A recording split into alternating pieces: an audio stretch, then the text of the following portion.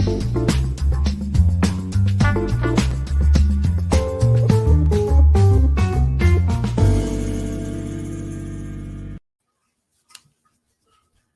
get that fade eventually. One day I'll get around to doing that.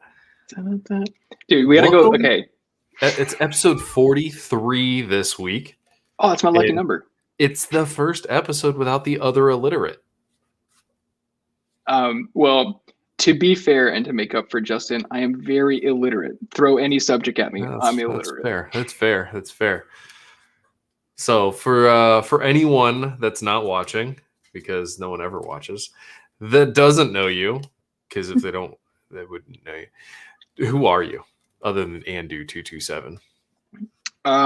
Edge Cats. That's me. And if you sign up for BlockFi, make sure you use code Andu227, and I'll get a kickback. You'll get a kickback. We all get a kickback. Use that. Sign up for steal my refs. All right, that's cool for BlockFi. So this week, it's crazy, dude. So it's a day.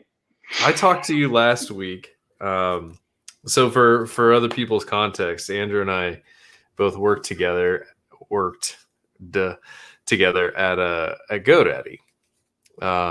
And so you've kind of had two jobs for a while now, right? Yeah. So this will be the context for that, is that, so before all the pandemic started and all that, I had a nice opportunity to step in as, just like, honestly, it was just supposed to be like an engineering role at first. So my dad's company that I've worked for before, they're like digital marketing agency, Giant Partners. Get your shit. Shameless plug.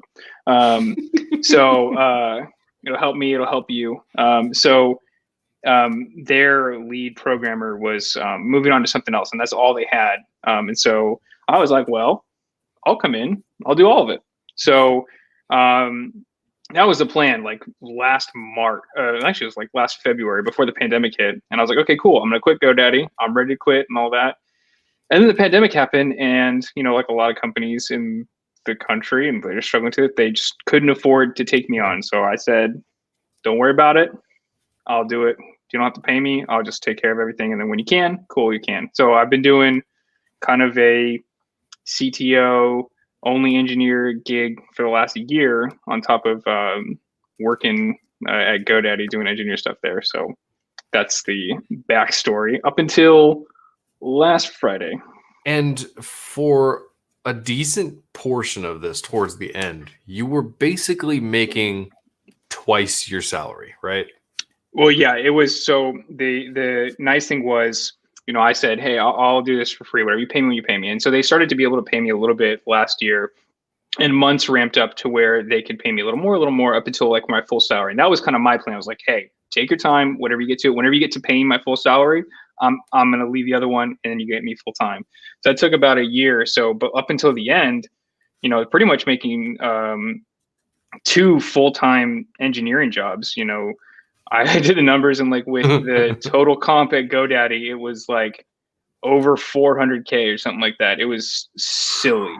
But that, and this is where, honestly, this is like, it gets to the point, it's like the crux of this whole thing is just like, that is really nice, right? And it's all great, but I definitely was not happy doing both of those things, especially the just the GoDaddy part. The money was definitely nice, and it was really nice, but like I definitely didn't enjoy doing both of those things.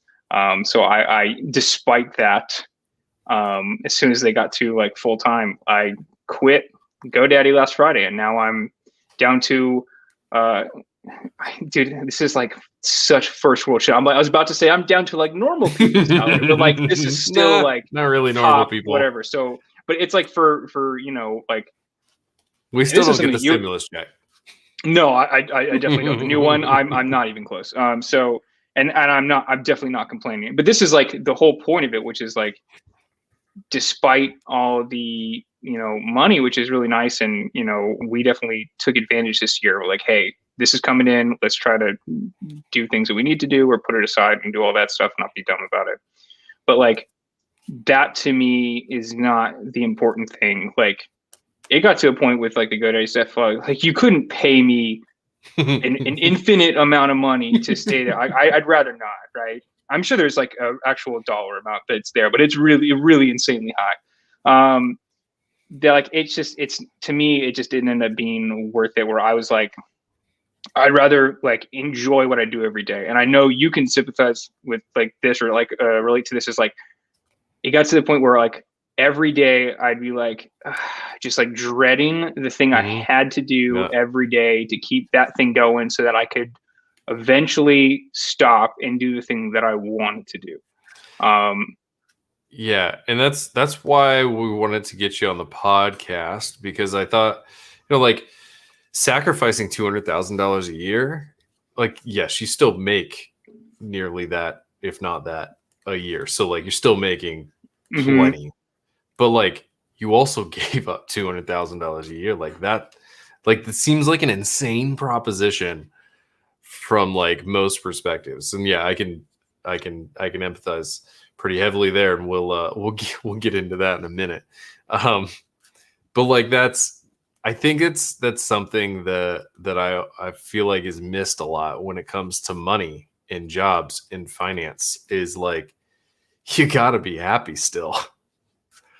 Like there's eating shit, but then there's just being unhealthy, unhappy for no reason, right? Like there wasn't really like an end game that made sense for keeping that job anymore. No, and I feel like the big thing about it was like, as engineers in like the space, like there's a couple things, right? Like a lot of what we do is, if you're in the right spot doing the right things, it's actually really fun. And like, we really enjoy like what we do and stuff like that. Like when we were doing all the Greenbit shit, even like at Outright, like I really enjoyed it. I loved going into work, the people I worked with, great. I loved the things I was working on, all that stuff. Like, and then with GoDaddy, it was just kind of like, it was just none of that. It was like, I didn't enjoy the people I worked with outside of you. I didn't like the things I was working on, the things I was building. I was forced to use like a whole bunch of technology. I couldn't do things the way I wanted. It was just like everything about it was so like, I walk in and it's just like shit and then shit and then shit. And it's just like, okay. So knowing that the possibility is there to enjoy this, which I have before, and still make plenty to, keep my family happy and satisfied. Like, it's like, why even do that? Yeah, I totally agree. I was actually talking to my mom about this the other day. She's a costume designer. For those that don't know, she's mostly like dance, like ballet type costumes, but she also makes like handmade dresses, mostly like Disney themed, on Etsy. She sells them for like $150 each, but like she just loves making clothes. Like she designs her own patterns. She loves making clothes. And I was talking to her about the GoDaddy stuff the other day and just kind of describing how it worked now on this latest revision of the team. And she's like, yeah, it would be like me going to work at like a Disney costume factory. She's like, people would look at it and be like, oh, isn't that amazing? You get to see all these amazing dresses. But she's like, I would do horribly in a place where someone walked over to me and told me, this is what you have to make and this is how you make it. And like that's what it was. I think that's what it was at GoDaddy. And like that was really a part that I struggled a lot with, is like you're just there to do the exact thing they say, the exact way they say it, in the exact timelines that they make up. Yeah, and I'm sure people will hear this or see this and think like, okay, whatever, dude, you're making like so much money, like it doesn't matter, like shut up, like just do it. And like I know from like this past year where I like got to the point where we were making a lot with like both jobs, and to me, like Yeah, it was honestly really not. I actually honestly got to a point where we would be going somewhere and you would just like see something and just like Katie'd be like, oh, like my wife, she'd be like, oh, that's really awesome. Like, fuck it, buy it. I don't care. Like, it's fine. Like, it doesn't matter. Um, like, she's like all this stuff. And so it is nice, right? But it's almost like I felt like I got to a point where I needed to like do something with that money to like make myself happy, to Yeah. make that job worth Make it. it worth it, right? Where, right? Yeah. Like, I'm like, okay, I'm gonna buy this because I'm like going through this every day and it sucks. And I'm just like, well, I'm gonna do this, and then that way I can be happy. And I'm like, okay, cool, look, it's worth it, dude. As opposed to like not having it and just being happy with what you're doing, and then like feeling valued and like, you know, feeling like you're doing like good shit, and then like, yeah, I won't be able to like mindlessly spend shit, which I shouldn't be doing anyways. But you know, it, to me, that trade-off is worth it. Like, I can say from this week, so this like 3 days so far, I've been GoDaddy list with one job, and I can hands down say I feel like I'm on vacation. Like, I Yeah. every day it's been, I am working on stuff, and I actually get more work done because I'm like enjoying it and doing it, and like at the end of the day, I feel great, and I just like overall feel better, and that to me is worth more than the money I would get to like buy whatever the fuck I want at the end of the day. Yeah. I mean, that's really what it comes down to, right? I had every intention of sticking around after you left, and making that paycheck because I don't have another job to go to. And I made the decision today to just quit. This stuff happened yesterday in some meetings, and I'm just like, I can't. I was talking to Kimmy, my wife, last night, and about it, and I was like, I get sick to my stomach every day doing this job because like you're constantly scared, like, oh, I'm gonna do it wrong, and then I'm gonna get put on a performance improvement plan, or I'm gonna get fired, or this and that, and like you have to go into every day like fighting people just to be right when it doesn't even matter who's right. It's just like it was a horrible fit for us. Like I don't think like I don't want to like say that like GoDaddy is a bad place to work. I actually think it can be a great place to work if you fit that well. I don't fit that well. Like I became an engineer just because I like to build stuff. Building stuff at GoDaddy is really hard. And I don't know if that's necessarily GoDaddy. It could be all big companies, but it's really hard to build stuff there. And it just made it unfun, and the micromanagement made it even less fun. And so I was just like, screw it, let's quit. And like this all happened yesterday and today. So like we had asked you to come on this podcast last week, thinking we were just going to talk about you leaving, and now all of a sudden we've both now quit. I still don't have a job. I don't plan to have a job. You know, I looked at my 401k and my investment portfolio. That mixed with consulting gig that I have already, I can sustain myself for at least 12 months. So it's like, why keep it? Yeah. Because I can, well, one, like I'll now have the freedom and time to work on whatever I want. And I have some big projects that I'm working on. But then on top of that, it also gives me pressure to get it done. Like that's one thing I've noticed on like some of my projects that I'm like excited about. When I have this paycheck coming in, there's no like sense of urgency there. And so I've thought about trying this out for a while and just leaving, even though I don't have a job, thinking that's going to force me into doing what I need to do.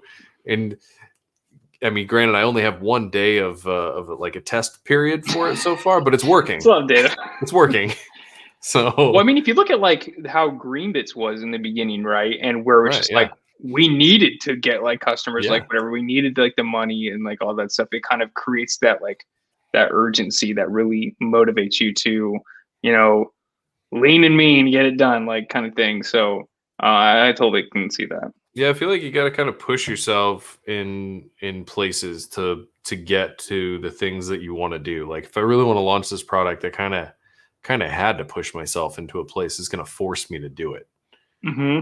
So, Yeah, and I feel like the other thing too is, I'm just thinking about is like we talk about like, okay, yeah, we like got rid of all this money and like all this stuff, but like we are very lucky in that, our options after this, like you kind of with your financial, the numbers you ran to make it work, and me with the job I have, it's not like we're anywhere far from, you know, like we're still able to provide like a really good yeah. life and like everything for like our families and like all this stuff like that, and like be happy on like top of that or whatever. And it's just kind of like for me, definitely now that I've like hit that kind of like I've really kind of gone up and made a lot of money and like seen kind of the negative side of what that would take on some of it, and then be back down here, I gain a lot of perspective on the things that are really going to make me happy. Hmm. And it's not money. Money helps, sure, and it makes things easier. You don't have to stress about it, but that's not like the important thing at the end of the day for me. I mean, shit, that's why like I moved to Vermont last year. It was like I was focusing on the things in life that like actually matter, Yeah. and kind of like all this stuff. So yeah, so it's not like we're talking about like, oh yeah, it's like that pressure or whatever, but it's also like, we're not, if we don't do shit now, we're not going to be like on food stamps tomorrow or stuff like that. And that perspective helps me a lot in like that, like losing that extra income on that part. Yeah, that helps a lot. And then like the other piece, for me at least, is like the skill of budgeting. Like I've spent a Yeah, lot that of time over definitely the helps. last year, like through this podcast and everything else, Why like not have a learning referral? about finances and budgeting. And so like I know to the $100 mark how much money we need for expenses every single month. So because of that, like one, like I wasn't spending all of my income before. Like Hmm. over half of my income was going towards investments. So like I already had a lot of wiggle room there. And then because of that, I'm very easily able to model out like here's my income for the month without this job. Here's my expenses for the month. Here's what my post-tax investment account would look like if I had to sell everything. And Hmm. you take that diff and divide the two numbers, and you get the number of months that you can live without it. Yeah, I mean, So we like should point out that it's like astonishingly fast how quickly you were able to like after a meeting yesterday get on a call with me and go, you know what, I might be able to do this. Hold on, let me put a spreadsheet together. Okay, we're good. Like my I'm meeting good. was at Like 4 o'clock, and I think I had that spreadsheet together by like 6. yeah, it's understated. Like if you're on, like where all your shit is, and shameless plug for YNAB. I have no stake in them. I won't even put a referral link. Just use YNAB. It's the best shit.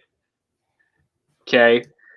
Trey probably has one. He's going to take the referrals right now, but um, man, that has helped like so much. Like I used to like try to keep on. Oh, you actually have like a real link, man. Of course you do. Uh, Before that, it was like tough to stay on top of it. Now I have like clarity Yeah, all the time, and it's a game changer. it really is. Yeah, like I have like part of the reason I'm on top of mine is because I have an overly complex system, but like YNAB's the core piece of it that Mm-hmm. I can guarantee. Like there's very few months of the year that I ever have to pull money in from my like buffering account in order to cover the bills. Like the holidays are really the only times that happens, which Yeah, I mean means that that's. like every month is $10,600 or less. Mm-hmm. Like that's the exact number that I transfer into the account at the beginning of every single month, and I almost never have to pull it in. And so when you know your numbers that well, it's very easy to make these sorts of decisions without having to worry about the financial aspect of it. Yeah, so like before when I had both jobs, I like had like my budget, whatever, but pretty much it was just like, fuck it. If it goes over, we'll just pull. It's fine. And now like Katie and I went through last week, and we went through our monthly. Okay, cool. We're down to essentially half the income let's make sure that our budgets are right and this kind of Mhm. stuff. And just being able to see like average spending per month, how much we spent this much. We went through all of it together, and we talked about, okay, cool, that's the right budget, and now we're actually going to stick to it. So when it matters, so we can, do the right thing, which for me, I'm like happy about being able to, like, it forces me to be better about some of that shit and not spend. Don't Mhm. look at my RC collection. But yeah, so that's definitely helpful. So, what are your plans in terms of like, so at GoDaddy, we had great benefits like RSUs and 401k and all that other stuff. Like, what are your investment plans now that you've cut your salary in half and lost all those benefits? Yeah, well, benefit wise, yeah, in terms of investment kind of thing, I don't have much now. I'm like trying to figure out how much we can put away every month to be able to do that. Because one thing I don't want to lose is like, I don't want to be paycheck to paycheck. We end up like we're paycheck to paycheck kind of Yeah. thing where I don't Mhm. have shit. I'm like, I got to figure something out because Yeah, that's a horrible that place kind to of thing. be. Yeah. So, I mean, my thing is I'm definitely like rolling over my 401k into my M1 traditional IRA once I can do that. So I'll be happy about that. And I still kind of want to put more into the M1. I love that shit. Just like set it and forget it. It's great. Yep. Um, You're still using the growth portfolio, right? yeah, it's like an aggressive like 2045 Oh kind yeah, of you thing, use and theirs, right? Yeah. dude, it's great. I just picked. I was like, cool, but aggressive, great, kind of thing. It Mhm. works great. I look at like the gain like over like all time, and it's like on one of them it's like 30% or some shit like that. It's That's it. crazy. So yeah, well, I mean, for the amount of effort that I put into it, I kind of put it and then did. Oh yeah, so my individual one is 34%, and then the IRA is Nice. 45 actually. Oh shit. Nice. Yeah, my account just So broke 50% today. damn, dude. Yeah, it was pretty awesome. But in terms of like the other stuff, like I mean, luckily in terms of like health benefits and stuff, Katie still has her job, so we get that. Right, yeah. Because that's the one thing that's a little tricky about the new gig is, so the company is in California and they're only incorporated in California. I'm the only like, well, I would say if it wasn't like a pandemic, I'd be the only remote Right. person. Like they do actually have some sales guys now that are fully remote and doing well, which was like a side benefit for them. I came in right at the pandemic and they're like, oh yeah, we got to start doing like remote stuff. I was like, oh, let me tell you what I know. Yeah, turns out I know a bit about that. I've been doing remote since 2013, baby. I know how this works. Which honestly is the whole reason we moved to Vermont in the first place. Is just the remote is awesome. You can be wherever Right. you want. But what the fuck was I talking about? Oh yeah, Katie has health benefits, so that's so good. And then, dude, I have no idea what the fuck I was talking about. But well, what are you doing in investing in benefits wise? And yeah. So I don't have anything yet really because like, oh, that's what I was talking about. Because it's like they're not here in corporate Vermont. It's just I'm essentially doing like a contracting gig. Yep. So I got to do a lot of stuff myself, which I haven't, fully figured out what I want to do yet. I have some like aspirational stuff for working there where, I want to get to the point where I'm like, I want to contribute enough to I'm like, hey, hook a brother up with some equity or something. So that's kind of like my long term at this point. But yeah, honestly, other than that, I don't know. Like I'm day 3 into this. Yeah, I mean, even if you can scrape aside like 100 a week or 100 a month to put into an investment portfolio, like that compounds like crazy. Yeah, and like it's not too hard to find $100 a week or month, typically. No, honestly, I need to set up something like that. And I should have been, especially this past year, doing that. And I wasn't. Yeah, you should have when you were I was investing in salary, other but stuff. you didn't. Okay. Yeah, no, I need to do that. And I probably can.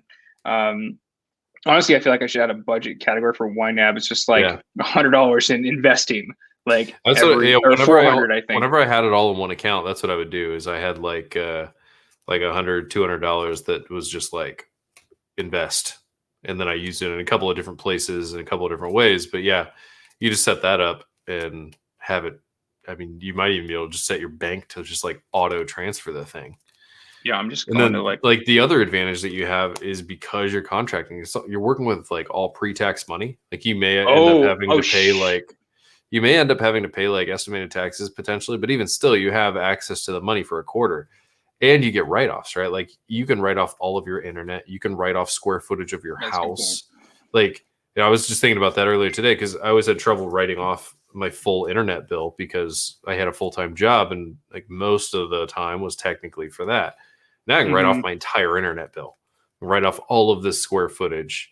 Like I buy a new computer, that's a business write-off. Like you have a lot more control over your post-tax income being a contractor. And then on top of it, you get access to that money that would be owed for taxes longer.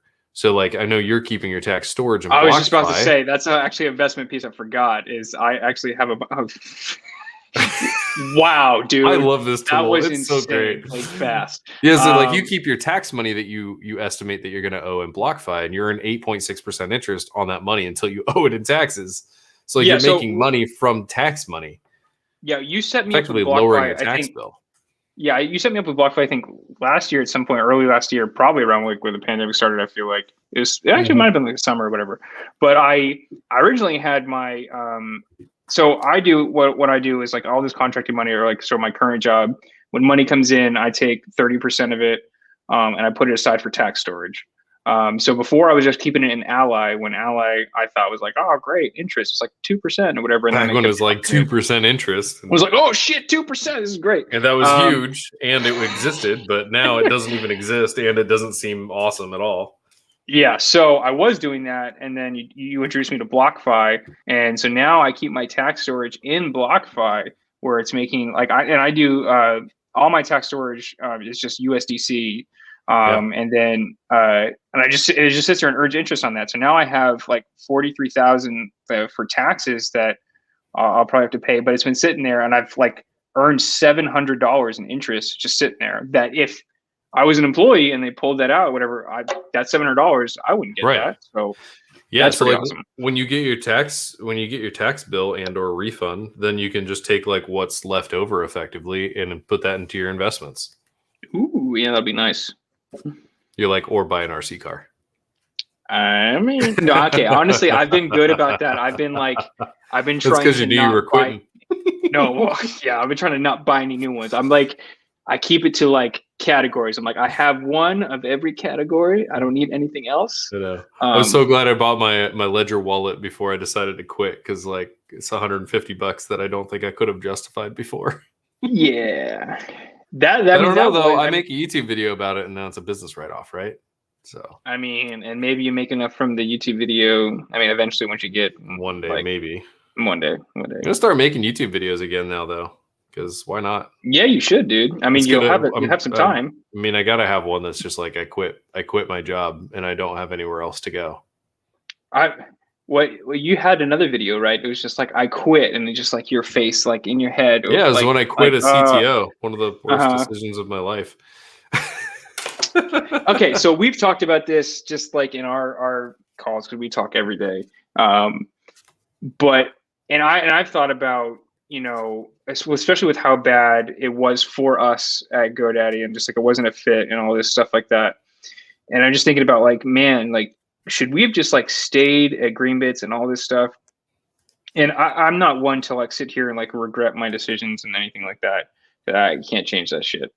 But I think about that and I'm like, yes and no. Like, I feel like with my perspective now, I could have gone back and made things different, approached things differently and stuff like that. But I also think quitting Greenbits and working at GoDaddy gave me the biggest dose of perspective on a few things. Like one, like culture and like company environment, like other stuff like that. Big company. I know I never want to work at a big corporate company ever again. Never again. I'm done. Like, hey, yeah, no.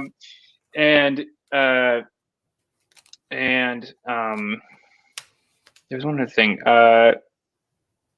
Just where I'm at in terms of my career and like as an engineer, and like I feel like one of the things at Greenbits I always felt like was like whenever I was at Greenbits, the whole like 5 years I was doing all that stuff, I never felt like extra special. I never felt like I was any better than anyone else. I never felt I was just kind of like I'm just one of the team. Like sure, I've been here since the beginning, but I'm just an engineer, right? I'm doing this shit, and that created an attitude in my head where I always felt like, why the fuck aren't you guys doing this shit?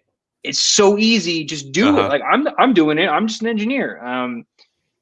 But like at GoDaddy and like seeing that, I created this perspective of like, oh, like I actually do have a lot of unique experience, and like through that like I've worked with great people at Outright and like great people at Being Agreements, stuff like that, where I've like really gained this experience and stuff. So I was like, oh shit, I actually have that. And so that kind of has like changed my perspective to be more humble about where I'm at and things like that. And so my perspective now, I'm like, oh yeah, I could approach that differently.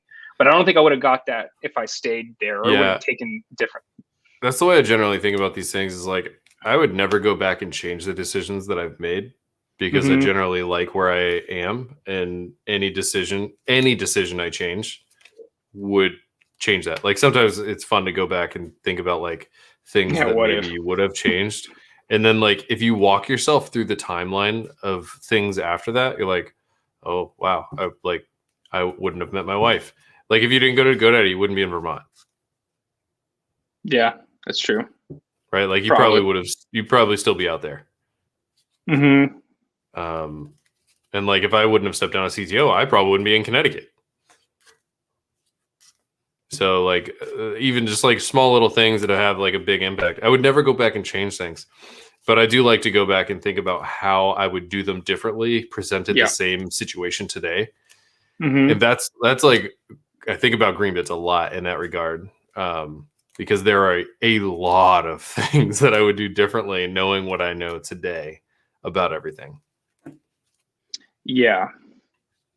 And, you know, and this almost comes from, like, I always attribute it to like, oh, it was like almost like an agile methodology, but we've almost like adopted it to like our lives in a way of like that retrospective kind of like way of looking at things, and just like always looking back and like, what could I have done differently in this that I could do better now? And just like learning from like that thought process, and like figuring out how you could do better. And like, it's like such like a growth mentality of that, and always having that is like what's keeping us like improving and like always doing better. This is a practice that I had going for a while, and I've been really lax on it since the pandemic started. But I've Basecamp set up, and I have this personal project in there. And the first Monday of every month, it prompts me to say like, how did last month go? And for a bit before the pandemic started, I was like actually basically retrospecting on the previous month. It was very interesting, the things that come out of that. Those are documents that I will not ever share, because there are way too many personal things in there that I don't want to be shared with almost anyone. But it's a very interesting process, and I think very valuable to do. It's also like, I find a month is like, it's kind of hard to look back and think like, what did happen this month? And because it's hard to do, it's good to do, to look back and figure out what all that is. Like what did go well, what didn't go well, what would I like, am I moving in the right direction? Do I even have a direction? Like that was a big struggle for me at Greenbits. Now having like looked back on things, like I didn't have a direction. I didn't know where I was going. That's why I was like going in 1,000 different directions. And I feel like that's where I've been a bit recently too, is like going in 1,000 different directions, being interested in 1,000 different things. Like that's part of the reason I think I dove real deep on Minecraft, for example, is like it was an escape and like a new thing and exploratory there. And then, you know, there's the NFT space and crypto and all of these other things that I've been like going crazy on, just trying to find the direction. And like once I land on it, I'm going to go. And I think I've kind of landed on one, but we'll see. Yeah. And that's kind of like, I feel like something we've been missing for like a while is just like that working on something that like you're just like super into, and you just like, dude, I want to like work on this kind of thing. And for me, it's been I'm excited about some of the things I'm working on just generally because I feel like I almost have like a nostalgic connection to it in a way because this is like I'm working at my dad's company that I worked at when I was like 15 and like I built like the first iteration and now I'm coming back and I'm like building. I'm like, cool, I'm gonna actually build this the right fucking way. Like now that I have all this experience. Yep. But part of it is like just like working on something that like I love to work on. And so like that feeling is just like invaluable in a way, just like you can't measure like is the like payment in itself is doing that and just like loving what you do. Yeah, I mean, this is definitely going to sound like a bit of like a first world problem here. One of the problems I've had, things rich people say. I mean, yeah, thingsrichpeoplesay.com. One of the things I've been struggling with a bit lately is like, I want to have that project where like I'm just excited to work on the project and build the thing, and the product's interesting, and customer space is interesting, and all of that. Mm-hmm. But the struggle that I have now is like I don't want to work for anyone. Like, I don't think I would do well working for anyone. So it needs to be like a co-founder position. Even that's a little tough for me to wrap my head around because it's not like my thing. I think I could make some of these things my thing. But then when I have conversations about that with people, then it's hard to like negotiate to a position that makes sense from like an equity and finance standpoint and all of that stuff. So then like I just end up always coming back to like I just have to start my own thing. And then that's like, it's like shooting darts in the rain with blindfold on or something. Dude, that's a big thing, right? Anyone has like an idea, but to like make that happen is like that's tough. I mean, and this is not to like, I don't know, shoot, like I'm not just saying this because I'm your friend, but like I feel like part of what makes you well at this, and I have no worries about you, is like you're like really like you're able to like build shit, and then you have like the business chops and like the finance stuff to like make it happen. So like that thing that you want, it's in your grasp, baby. You just gotta grab it. You just gotta do it. You've had too much to drink. No, dude, but yeah, too. It's I mean, and that's what I'm hoping I'll be pushed towards. I'm kind of working on this NFT platform. Yeah, what are you working on, man? A platform for NFTs, which is like a dime a dozen right now. But what's an NFT? If there's one person watching has watched any of our episodes, then I don't think it's Ian because he hasn't commented, and I feel like Ian would comment.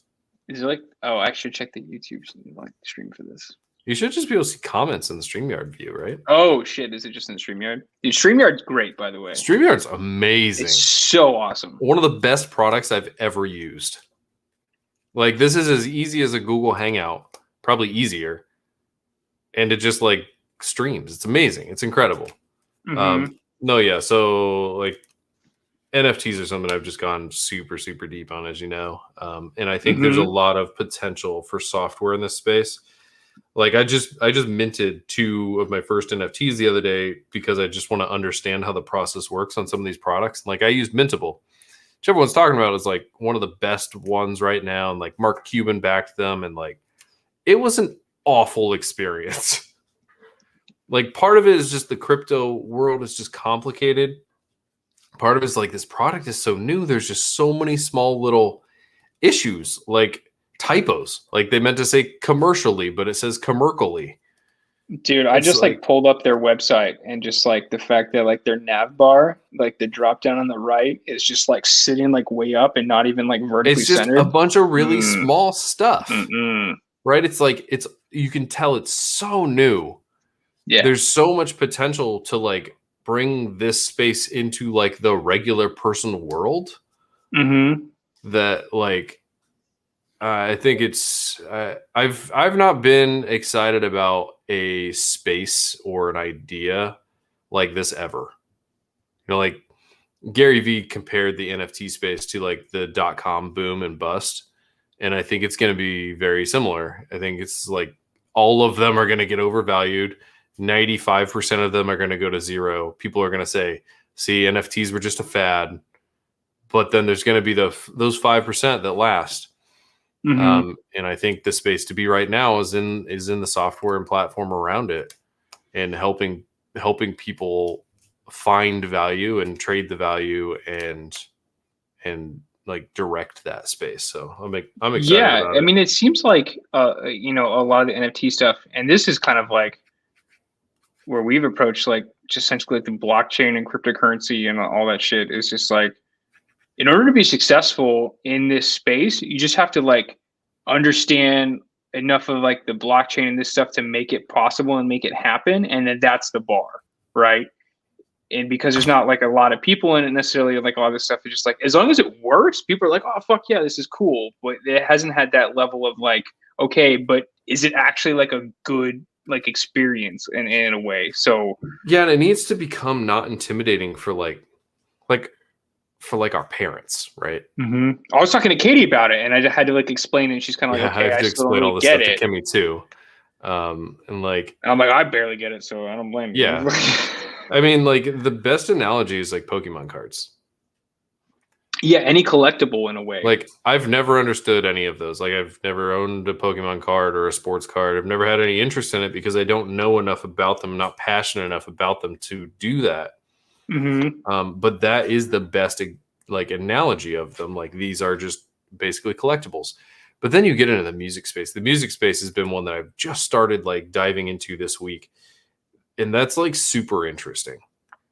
So like I sent you the Dead Mouse one earlier today, Which I was like, fuck, I wish I had 15,000 to spend. right? It was 15,000. cool. I would have bought that for 15,000. In like a big part of that is just because I love Dead Mouse, and it's a rare Dead Mouse thing. Yeah. So like I would have bought it for that reason alone. But the music space I think is really fascinating. Blau just did an interview with Graham Stephan on the Iced Coffee Hour, and it was a very interesting conversation. He's a very smart person, like understands mathematics a lot. He also just broke the record for most money sold in a single NFT drop. He sold $11 million worth. What the fuck? And so he was selling NFTs that were like a song, but you could exchange that NFT for a vinyl. He only made like 40 some or something like that vinyls of this record ever. That's all he'll ever make. And you could exchange this NFT at any time to get that vinyl. So like there's this sort of newish concept where these NFTs can be exchanged for physical goods. Yeah. There's also this idea of like, imagine Mark Cuban back when he was first starting his business, and to get some funding, he issued these tokens that would be valid for one lunch with Mark Cuban. Imagine what those would be worth today. Yeah. Like imagine like Meet Kevin, Graham Stephan, Andre Jick, like they issue those. Like what are they worth now? What are they worth in 10 years when Meet Kevin's like a billionaire or something? Or like has his own CNBC show, right? Like there's the like the digital ticket concept, I think, is something that hasn't been pushed through much in many of the spaces right now that I'm kind of thinking of. It's something that I'm sort of playing around with the idea of like integrating into my platform a bit.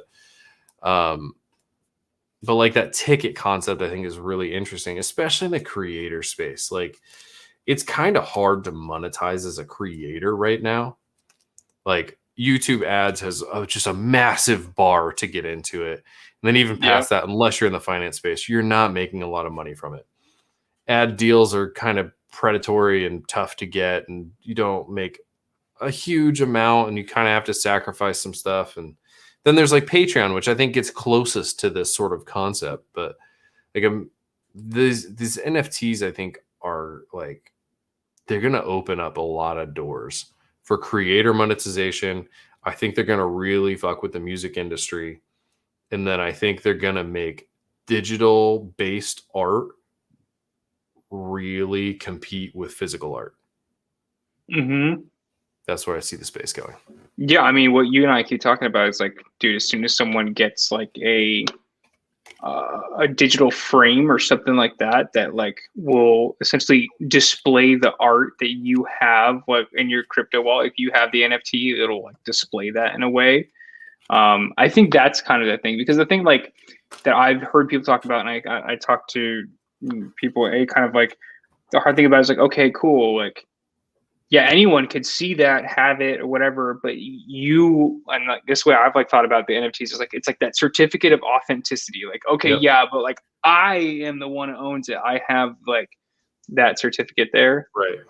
in a way. So if you could make it so like you could only display it if you had that kind of thing, is like the big thing. Because it's like I feel like some people don't care about that kind of, and maybe they're not the people for this, but like don't care about that ownership of it. If it's like, if it doesn't mean that like other people can't have Yep. it. Yeah, no, and With, I think there's people that don't care about ownership of certain things, right? Like if what's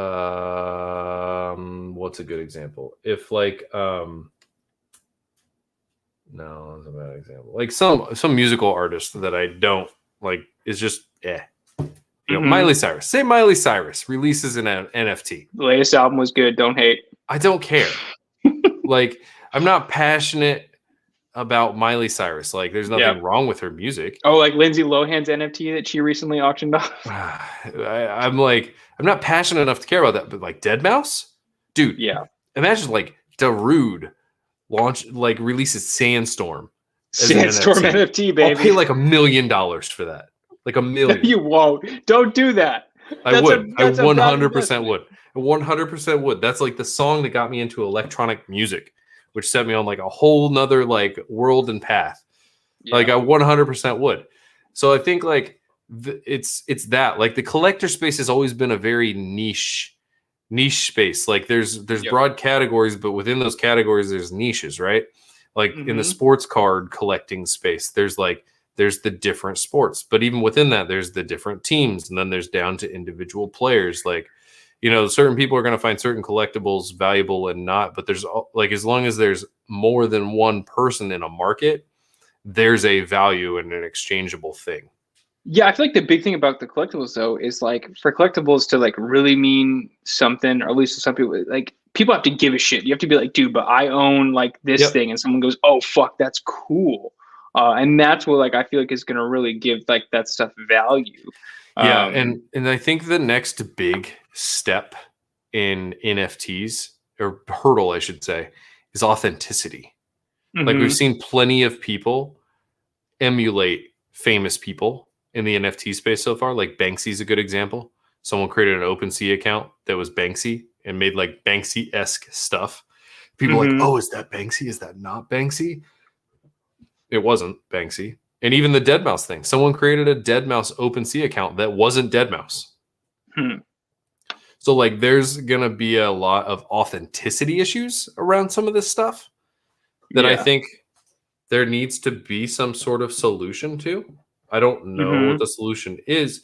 It's interesting though, because like we have digital public-private key encryption mechanisms now. Like it's almost like if there was a certification service that could like verify your identity and say your identity is this wallet address. You know, it's almost like a blue check mark, but for blockchain.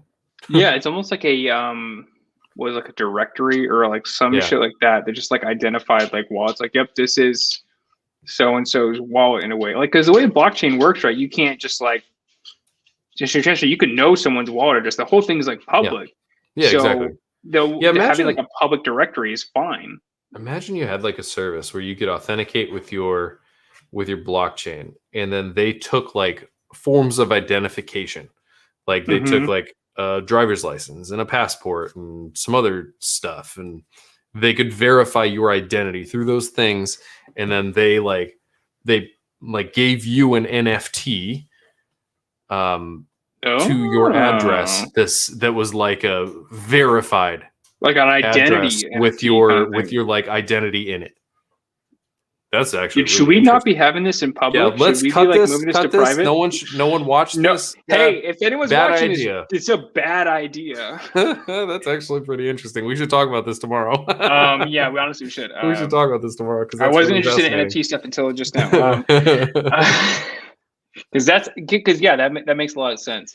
Because once you can get the authenticity nailed, then I think it really gets unlocked. Because then when an NFT is created by this account, that says they're dead mouse, you know they are dead mouse, or they you Mhm. know they are Tiesto, or you know they are Banksy. Well, that's like the right? essential service that every single app, your app, OpenSea, whatever, when they list it, they're like, if there was like a service that like was the shared thing, they're going to integrate with that in a way. So, Well, and I think if you went the NFT route, they wouldn't even have to integrate with it. There would just be like a format for an NFT.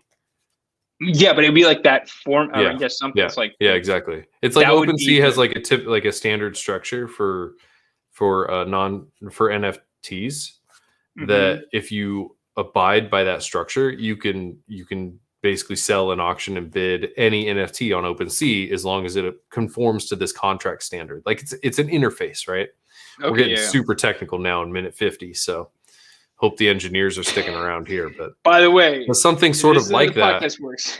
yeah, It's technical. something sort of like that, where like you authenticate with your wallet, and if you have this like certified token in Mhm. there, then you can verify your identity and you can publish as that identity or something like that. I don't know. I think like that authenticity bit unlocks NFT a lot.